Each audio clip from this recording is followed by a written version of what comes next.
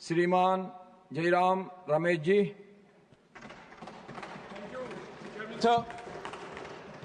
Sir, acronym ढूंढ निकालने में, परिवर्णी शब्द ढूंढ निकालने में और इस्तेमाल करने में और बिल को रंगीन नाम देने के लिए मुझे कोई इतराज नहीं है ये स्वीकारने की कि मोदी सरकार का कोई मुकाबला नहीं। एक्रोनिम ढूंढ निकालते हैं, पहला एक्रोनिम और बाद में अधिनियम, पहले एक्रोनिम बाद में नीति। और आज हम मिसाल देख रहे हैं, पहले शांति और दूसरा जी राम जी। हालांकि वो एक्रोनिम मेरे नाम से जुड़ता है, उसका मैं विरोध करूंगा बाद में। सर, विधेयक का ऐसे सर, मैं आप सदन के सामने, सदन के समक्ष 3 मुद्दे रखना चाहता हूं। पहला मुद्दा यह है कि 2014 के पहले का इतिहास क्या है, क्योंकि हमें बताया जाता है कि 2014 में ही सब शुरू हुआ है। खास तौर से परमाणु ऊर्जा का कार्यक्रम, स्पेस कार्यक्रम और साइंस एंड टेक्नोलॉजी से जो अलग अलग कार्यक्रम हैं, हमें यह ज्ञान दिया जाता है कि 2014 के पहले कोई फाउंडेशन नहीं था और 2014 के बाद एक नई क्रांति आई है। तो मैं थोड़ा इतिहास देना चाहता हूं। दूसरी बात, इस बिल के 3 जो मुख्य बिंदु हैं उस पर मैं कुछ बोलना चाहता हूं और अंत में जो मुद्दे और चिंताएं निकल आती हैं इस बिल से, मैं मंत्री जी के सामने रखना चाहता हूं और उस पर मंत्री जी विचार करें जब रूल्स बनाए जाएंगे और जब इस बिल पर और चर्चा होगी उसको ध्यान में लेंगे। Sir, the first atomic energy act of independent India was passed not in 1962, was passed on the 6th of April 1948। 6 अप्रैल 1948 को कॉन्स्टिट्यूएंट असेंबली में एटॉमिक एनर्जी बिल पास किया गया था। बहस हुई थी, जवाहरलाल नेहरू ने इस मोशन को मूव किया था और 30 या 40 सदस्यों ने इस बहस में भाग ली और 1948 में अगस्त के 6 तारीख को पहला, आता हूं मंत्री जी, मैंने आपको सुना है, आप बैठ जाइए, कृपया बैठ जाइए। थोड़ा इतिहास मैं आपको दिखाना चाहता हूं। मैं जानता हूं वो बहुत ज्ञानी है, आप विद्वान हैं। 6 अप्रैल 1948 को पहला एटॉमिक एनर्जी एक्ट बनता है, एटॉमिक एनर्जी बिल पास होता है। सर, 22 मई 1948 प्रधानमंत्री जवाहरलाल नेहरू अपने कैबिनेट के लिए एक नोट पेश करते हैं, जिस कैबिनेट में सरदार वल्लभ भाई पटेल मंत्री थे, श्यामा प्रसाद मुखर्जी मंत्री थे, बाबा साहब अंबेडकर मंत्री थे। उस कैबिनेट ने 22 मई 1948 May 22, 1948 ये नोट फॉर कैबिनेट कि भारत में परमाणु ऊर्जा को लेकर क्या नीति होनी चाहिए, क्या रणनीति है हमारी देश की परमाणु ऊर्जा को लेकर, परमाणु ऊर्जा का भविष्य क्या होगा, क्या होना चाहिए, इस पर बहस हुआ। तो ये पहला नोट था कैबिनेट के लिए, जिसके बनाने में मुझे कोई शक नहीं है कि होमी भाभा का बहुत बड़ा योगदान भी रहा था। तीसरी बात, 15 अगस्त 1948, अगस्त 15, 1948 एटॉमिक एनर्जी कमीशन का गठन होता है। यानी कि आजादी के ठीक 1 साल बाद भारत सरकार एटॉमिक एनर्जी कमीशन स्थापित करती है। होमी भाभा उसके अध्यक्ष हैं, के.एस. कृष्णन और शांति स्वरूप भटनागर 2 सदस्य हैं और ये सीधे प्रधानमंत्री को कंट्रोल में है, प्रधानमंत्री को रिपोर्ट करता है। तो पहला एटॉमिक एनर्जी कमीशन 15 अगस्त 1948 को बनता है। सर, इसके बाद क्या होता है? 1950 में, आजकल कोई भी अखबार खोलो, टीवी का प्रोग्राम देखो, रेयर अर्थ का नाम आप देखोगे, आप सुनोगे। अमेरिका और चीन के बीच में जो लड़ाई चल रही है रेयर अर्थ को लेकर, सर 18 अगस्त 1950 को भारत सरकार इंडियन रेयर अर्थ लिमिटेड की स्थापना करती है। 1950, 18 अगस्त 1950 को इंडियन रेयर अर्थ लिमिटेड की स्थापना होती है। सर, इसके बाद में 3 अगस्त 1954, यह महत्वपूर्ण डेट है मंत्री जी, आप जानते हैं, क्योंकि 3 अगस्त 1954 को डिपार्टमेंट ऑफ एटॉमिक एनर्जी की स्थापना होती है, जिसका जिक्र आज हम कर रहे हैं। डिपार्टमेंट ऑफ एटॉमिक एनर्जी 2014 के बाद नहीं, 3 अगस्त 1954 में उसकी स्थापना की गई थी। ठीक 2 महीने बाद यहां पूसा में नेशनल फिजिकल लेबोरेटरी है, वहां 3 दिन विचार विमर्श होता है और उस विचार विमर्श की अध्यक्षता प्रधानमंत्री करते हैं। और उस समारोह में सांसद, विशेषज्ञ, वैज्ञानिक, टेक्नोलॉजिस्ट, हमारे 3 सेना, वायुसेना, नवसेना के प्रमुख, सब लोग मौजूद हैं। National symposium on peaceful application of nuclear energy, और उसी बैठक में 26 नवंबर 1954 को होमी भाभा अपने मशहूर 3 फेज प्रोग्राम की घोषणा करते हैं, जिसका मैं जिक्र करने वाला हूं। सर, 4 सितंबर 1956 को भारत का पहला रिएक्टर कमीशन होता है। 4 सितंबर 1956, उसका नाम दिया जाता है अप्सरा। तब के जमाने में भी अच्छे अच्छे नाम दिया जाते थे। अप्सरा, भारत का पहला रिएक्टर का नाम अप्सरा था। अप्सरा के बाद जर्लीना आया, जर्लीना के बाद साइरस आया, साइरस के बाद ध्रुवा आया, ध्रुवा के बाद पूर्णिमा आया। यानी किसी 1956 से भारत रिएक्टर लगा रहा है। 2014 के बाद नहीं, 2014 के पहले। सर, इसके बाद 1958 में, 1958 सितंबर के महीने में एटॉमिक एनर्जी कमीशन विस्तार से पुनर्गठित होता है और उसके बाद परमाणु ऊर्जा का कार्यक्रम शुरू होता है।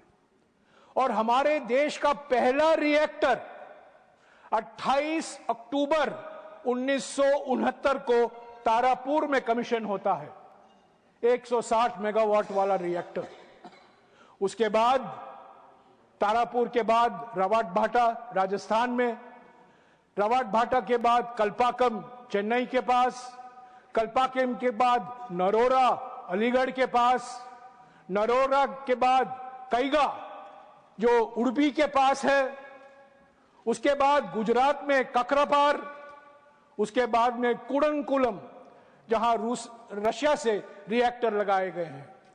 तो मेरा यह कहना है सभापति महोदय कि ये जो परमाणु ऊर्जा का कार्यक्रम है, एक परमाणु पावर प्लांट को 8 साल लगते हैं कमीशन करने में।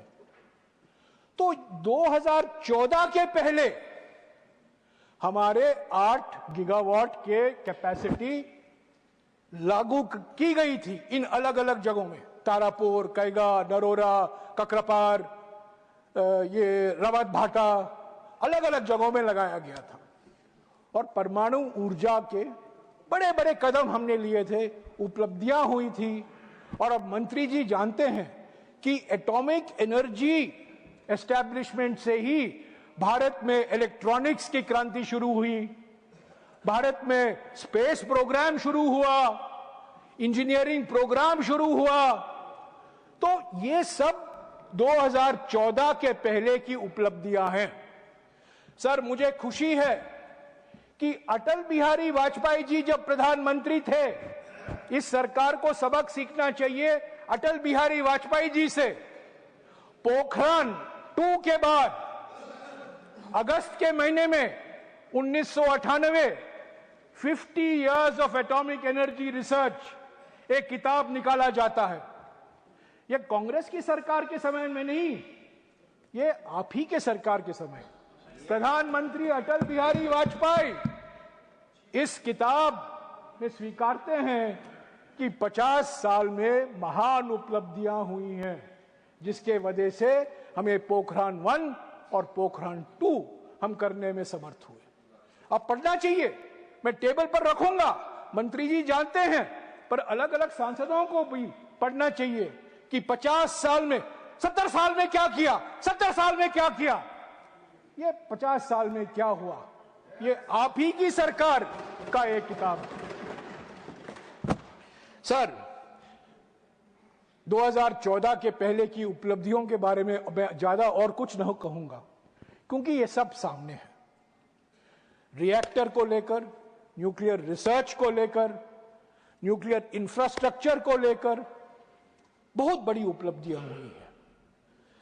पर एक चीज का मैं जरूर जिक्र करना चाहता हूं। 2008 में भारत और अमेरिका के बीच में एक परमाणु करार हुआ।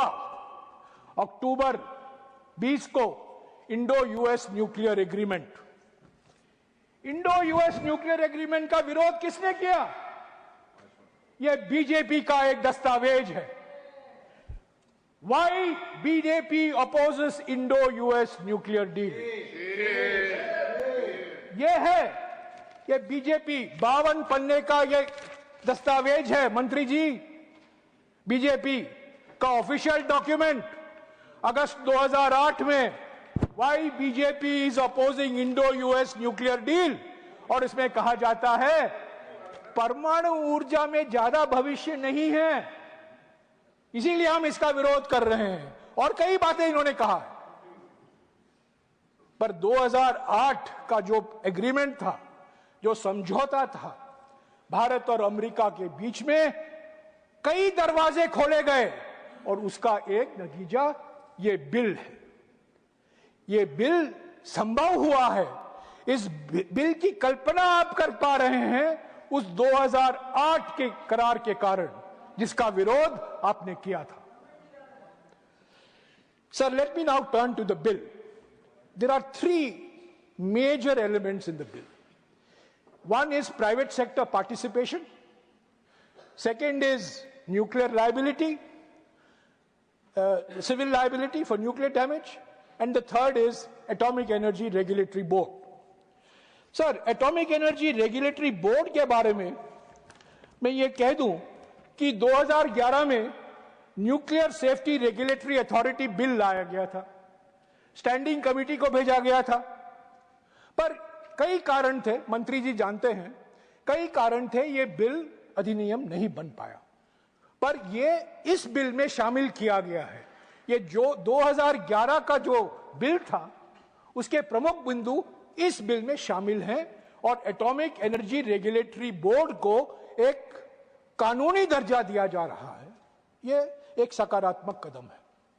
पर सर, दूसरी बात, यह सिविल लायबिलिटी की बात जो अभी अभी मंत्री जी ने कहा है, सर 30 अगस्त 2010 अरुण जेटली का यह भाषण है राज्यसभा में, और मेरे पास 25 अगस्त 2010 का भाषण है जसवंत सिंह जी का है लोकसभा में।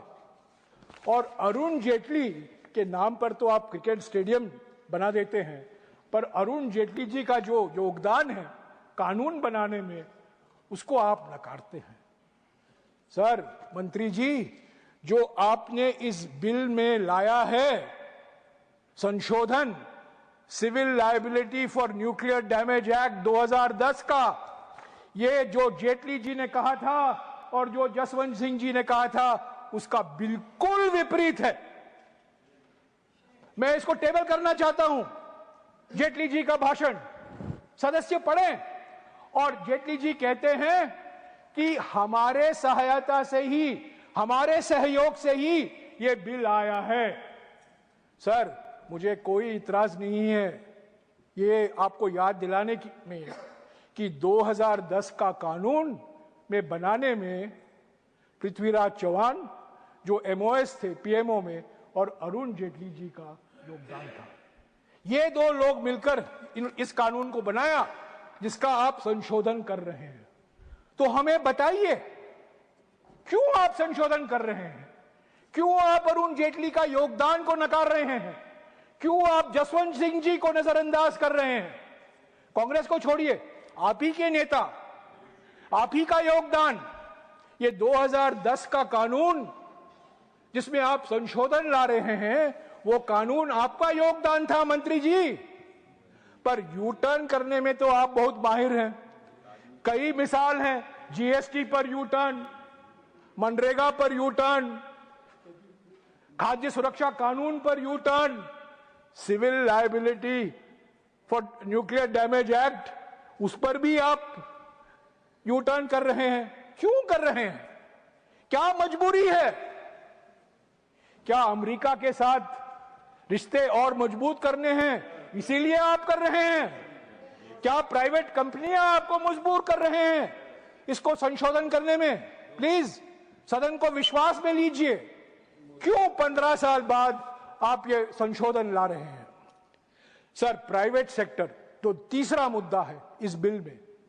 मैं कहना चाहता हूं कि मैं मंत्री जी से एक सवाल पूछना चाहता हूं। आपने कहा है विकसित भारत में 100 गीगावाट न्यूक्लियर कैपेसिटी होगा, आज करीब 8 या 9 गीगावाट का है, यानी कि 10 गुना बढ़ेगा।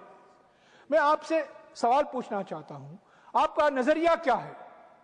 आपका विजन क्या है? इसमें प्राइवेट सेक्टर कितना है और इसमें पब्लिक सेक्टर कितना होगा? और मेरा यह सीधा आरोप है कि यह बिल सिर्फ प्राइवेट सेक्टर कंपनियों के लिए ही है, निजी क्षेत्र का योगदान बढ़ाने के लिए है। तो मंत्री जी, मैं आपसे पूछना चाहता हूं, हमारे देश में क्षमता है, हमने 220 मेगावाट की प्लांट लगाए हैं, 540 मेगावाट का प्लांट लगाया है, ककरापार में हमने 700 मेगावाट का प्लांट लगाया है।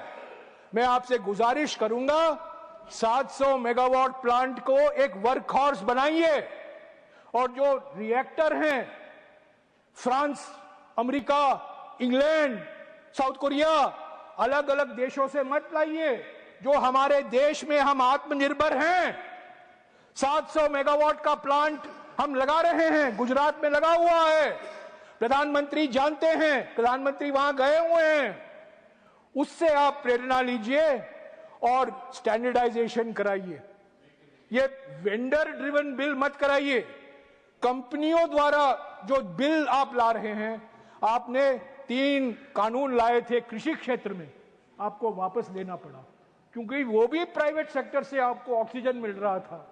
इस बिल का वो भविष्य नहीं होना चाहिए। सर, तो इंडिजिनस वर्सेस इंपोर्टेड, हमारे देश में पहला रिएक्टर अमेरिकी सहायता से तो बना तारापुर, उसके बाद में हम आत्मनिर्भर हैं, हम सेल्फ रिलायंट हैं।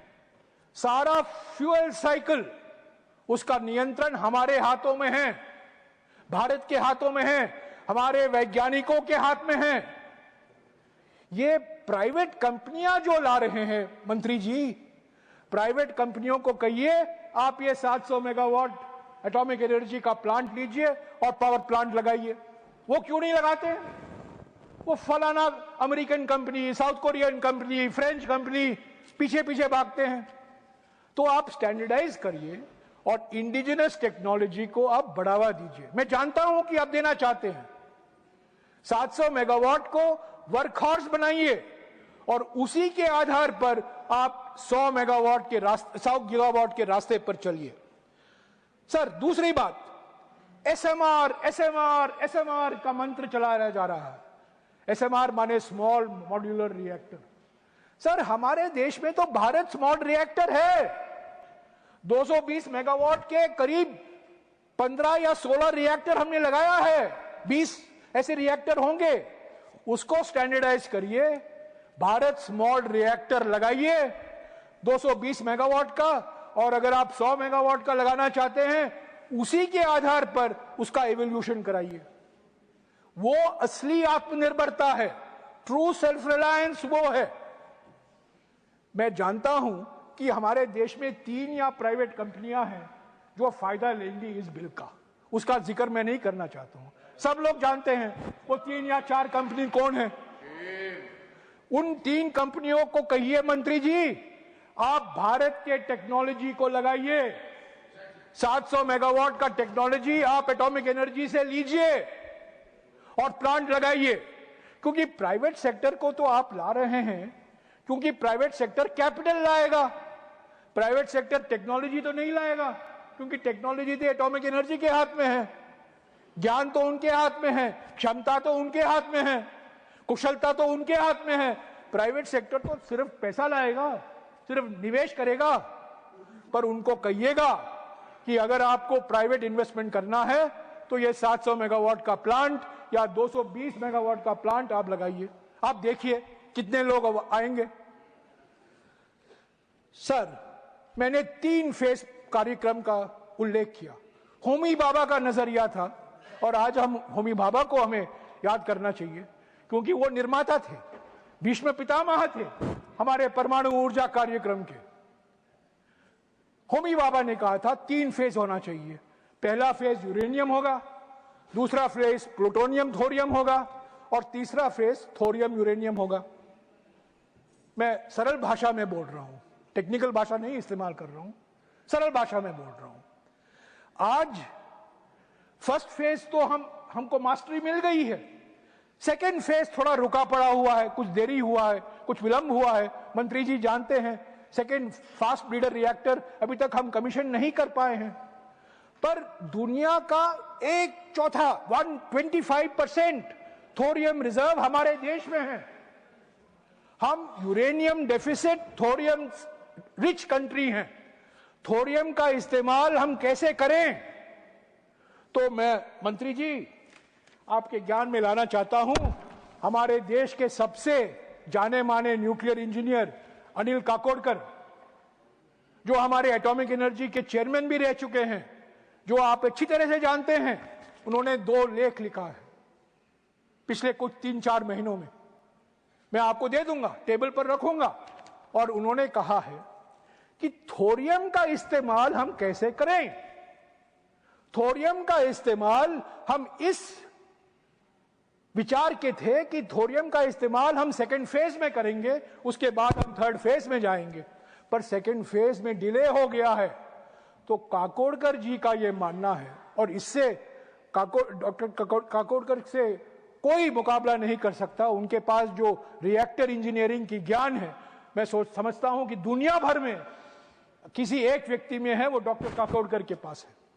और वो कहते हैं कि समय आ गया है कि थोरियम को फर्स्ट फेज में भी हमें इस्तेमाल करना चाहिए, ताकि हम सीधा थर्ड फेज में जाएं, बाईपास करें, लीप फ्रॉग करें थर्ड फेज को। क्योंकि हमारा अंतिम उद्देश्य क्या है, हमारा अंतिम मकसद क्या है? हमारा अंतिम मकसद है हमारे देश के थोरियम का इस्तेमाल करना, यूरेनियम का नहीं। यूरेनियम का तो हम हमेशा आयात करते रहेंगे। और ये 2008 का समझौता करार जो है, उसका एक सकारात्मक असर हुआ है कि हम अलग अलग देशों से यूरेनियम ला सकते हैं। फ्रांस से लाए हैं, कजाकिस्तान से लाए हैं, और देशों से लाए हैं। पर हम यूरेनियम बाहर से खरीदेंगे तो एनर्जी सिक्योरिटी आपको चाहिए, ऊर्जा सुरक्षा अगर आपको चाहिए, यूरेनियम पर नहीं पर थोरियम पर हमें निर्भर होना चाहिए। थोरियम का भंडार हमारे पास है, केरल के ट्रावनकोर बीच सैंड मोनाजाइट एक बहुत बड़ा भंडार है। इसीलिए तो 1950 में इंडियन रेयर अर्थ्स की स्थापना की गई थी। तो मंत्री जी, जो हमारे देश के विशेषज्ञ हैं, उनके विचार को सुनिए। ये जो बाहर से प्राइवेट कंपनियां आती हैं और कुछ ना कुछ हमें ज्ञान देती हैं, उसके पीछे में हम मत पड़े। ये प्राइवेट कंपनियां मिलते रहते हैं, प्राइवेट कंपनियां के रोज अखबार में पढ़ता हूं, प्राइवेट प्राइवेट प्राइवेट प्राइवेट। पर जो हमारे पास क्षमता है, जो हमारे साइंटिस्ट लोग कह रहे हैं, उसका नजरअंदाज मत कीजिए। मंत्री जी, 2009 में मुझे सौभाग्य था कि मैं ऊर्जा मंत्रालय में MOS था। सुशील कुमार शिंदे जी हमारे कैबिनेट मंत्री थे और हमने पहली बार NTPC और NPCIL के बीच में जॉइंट वेंचर कराया। जो आप कह रहे हैं ना, हमने कराया 2015 में, ये 2009 और 2010 में कराया गया था। एक चीज, इतिहास को वापस लिखने में आपका कोई मुकाबला नहीं। इतिहास, असली इतिहास को भूलने में और नया इतिहास लिखने में आपसे कोई मुकाबला नहीं, आप उसमें बहुत माहिर हैं। तो मंत्री जी, 2010 में NTPC और NPCIL के बीच में जॉइंट वेंचर हुआ था। ऐसे जॉइंट वेंचर को प्रोत्साहन दीजिए, अलग अलग कंपनियों को प्रोत्साहन दीजिए और अलग अलग कंपनियों को यह कहें कि अगर आपको न्यूक्लियर प्लांट लगाना है, हमारे देश के लिए न्यूक्लियर एनर्जी जरूरी है, तो हमारे टेक्नोलॉजी के आधार पर ही लगाइए। ऐसे तो कुडनकुलम में 6 रिएक्टर, रशियन रिएक्टर लग रहे हैं, वो ठीक है, वो निर्णय ले गया, हुआ था जो हुआ है। पर आगे में ऐसा नहीं होना चाहिए कि हम सिर्फ इंपोर्ट पर डिपेंडेंट हों। हमारे क्षमता पर हमें हमारी रिएक्टर लगने हैं। आज भी मंत्री जी, मैं आपको याद दिलाना चाहता हूं, फ्रांस में सारा न्यूक्लियर रिएक्टर गवर्नमेंट कंट्रोल का है और फ्रांस में 70% बिजली न्यूक्लियर एनर्जी से आता है।